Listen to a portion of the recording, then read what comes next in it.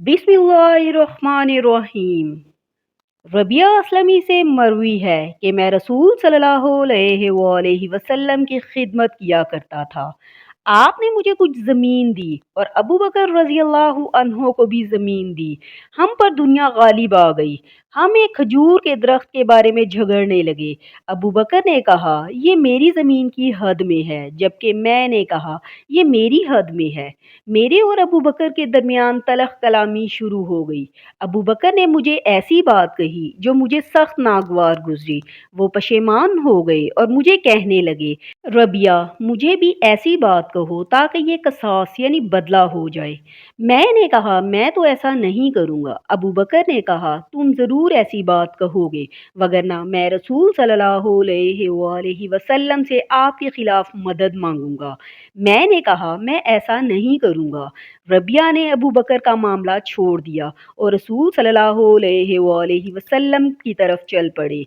मैं उनके पीछे पीछे चल पड़ा। बनु असलम के कुछ लोग आए और कहने लगे, अल्लाह ताला अबू बकर पर रहम फरमाए कि किस बारे में रसूल सल्लल्लाहु अलैहि वसल्लम से आपके खिलाफ मदद मांग रहे हैं, हालांकि उन्होंने बहुत कुछ कहा है। मैंने कहा क्या तुम जानते हो कि ये कौन है? ये अबू बकर सदीक है और ये मुसलमानों के मुहतरम हैं।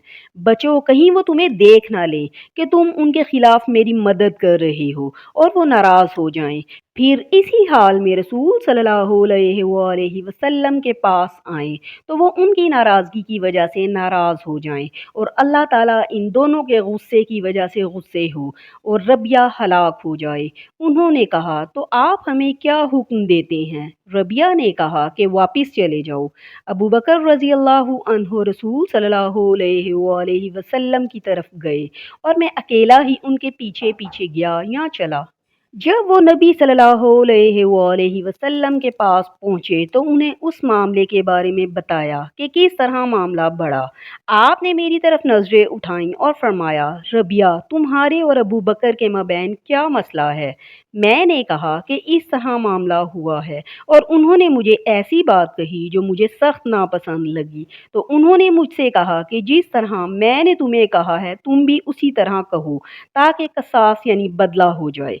रसूल सल्लल्लाहु अलैहि वसल्लम ने फरमाया, ठीक है इस तरह ना कहो लेकिन कहो, अबू बकर अल्लाह तुम्हें माफ़ फरमाए, अबू बकर अल्लाह ताला तुम्हें माफ़ करे।